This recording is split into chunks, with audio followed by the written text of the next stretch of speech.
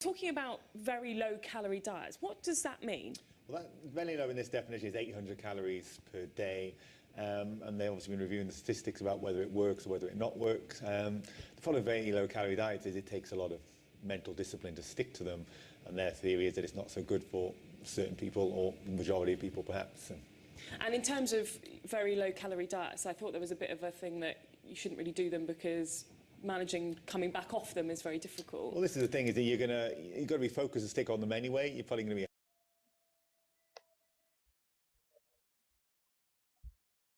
inevitable response of starving yourself, then going crazy when you finish, or collapse, or whatever it might be. So. Now, you're obviously a nutritionist and a personal trainer, so you know a lot about this. In terms of the kind of reasons why we're all getting bigger, or what do you see as the main issue? The main issue is just the availability and the energy density of food.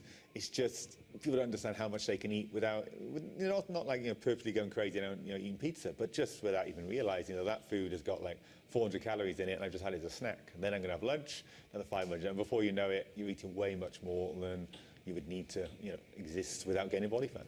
And in terms of obesity, I mean, the figures are pretty startling. I mean, it's increased hugely. But before people get to that level, what would you recommend as somebody who does this as a job? Yeah, I say it's about education, and for me, I think not so much education of knowing how to do it, but making people do stuff. Whether it's trying, eliminations, whether it's trying changing their eating times. When you do something, it's more likely to have a shift upstairs as well as with the body. And I think it's not about the body or knowing what to do. It's all about the mindset, because to get in shape, it takes a bit of determination, takes a bit of self-discipline, and you can train yourself to do this, but you won't just reading about it. You've got to take action to create more motivation and action. So obviously, a lot of these people, when they get to this level of obesity, they're going to their doctors and they're being recommended diets and things like that. I mean, what is the most popular one? What are people being put on who are getting to this in general, they go for classic, low fat, higher carbs, but just the doctor's trying to say eat less, and it's the difference between telling you what to do and doing it. It's, people know they shouldn't whatever be drinking, eating this chocolate bar, but they're still doing it. So it's a real difficult situation for doctors. Let's not lie about that, because with now 2/3 of the population overweight, that's the normal now. So I've definitely seen it with clients that people think, well, I'm not that bad, because they look at their friend who's like twice the size, not realizing that if you were saying normal weight from the 80s or the 70s, people call them anorexic now, but that's actually what is normal. Do you see what I mean? Okay, Ben, thank you so much. It's interesting. I could talk about it for ages.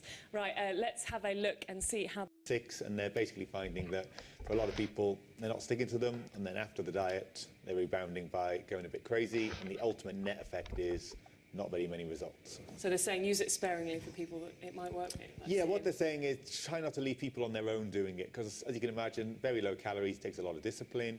It's, for most people, it's not going to be too long before they all go off the rails. So what they're trying to say is, let's use it in a support network where you've got nutritionists to meet, you've got support groups, so that you're increasing the odds of sticking to it, and therefore increasing the odds of getting the results. And you obviously do this. This is your job. What would you recommend people do?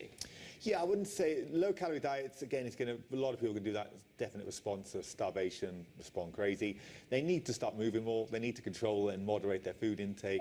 So for me, that's trying to get people to do things, whether it's changing their diet, whether it's doing experiments. It's trying to get them just to break out their current routine, move more, eat less in a different formula that actually works for them. And is that...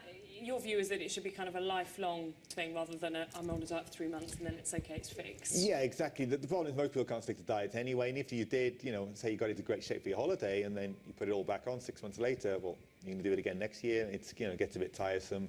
And some of the principles that get you the results, you should keep, because you'll feel better when you're in better shape. You'll feel better. The body wants to move every day, but your brain maybe doesn't, but the body does, so it's keeping that lifelong habit, because it's good for yourself and your health, of course. You're based in London. We're a London channel. People will always say it's too busy. Londoners' lifestyles are very hectic. Do you hear that a lot, and what would you say to it? Yeah, well, everybody's got an excuse of some sort. It could be having the 2 kids, it could be a hectic lifestyle, it could be whatever. But every circumstance that's out there, there'll be somebody who gets great results. So why does that one mother of 3 have great results, yet most don't? Why does that one, business guy working 10, 15 hours a day get results and the other doesn't? It's definitely about personal responsibility and finding a way to make it happen. Yeah, you've got challenges. Everybody's got challenges. Are you going to get past them or not? Okay, Ben, thank you so much for all of your help and advice this morning. Right, let's get a check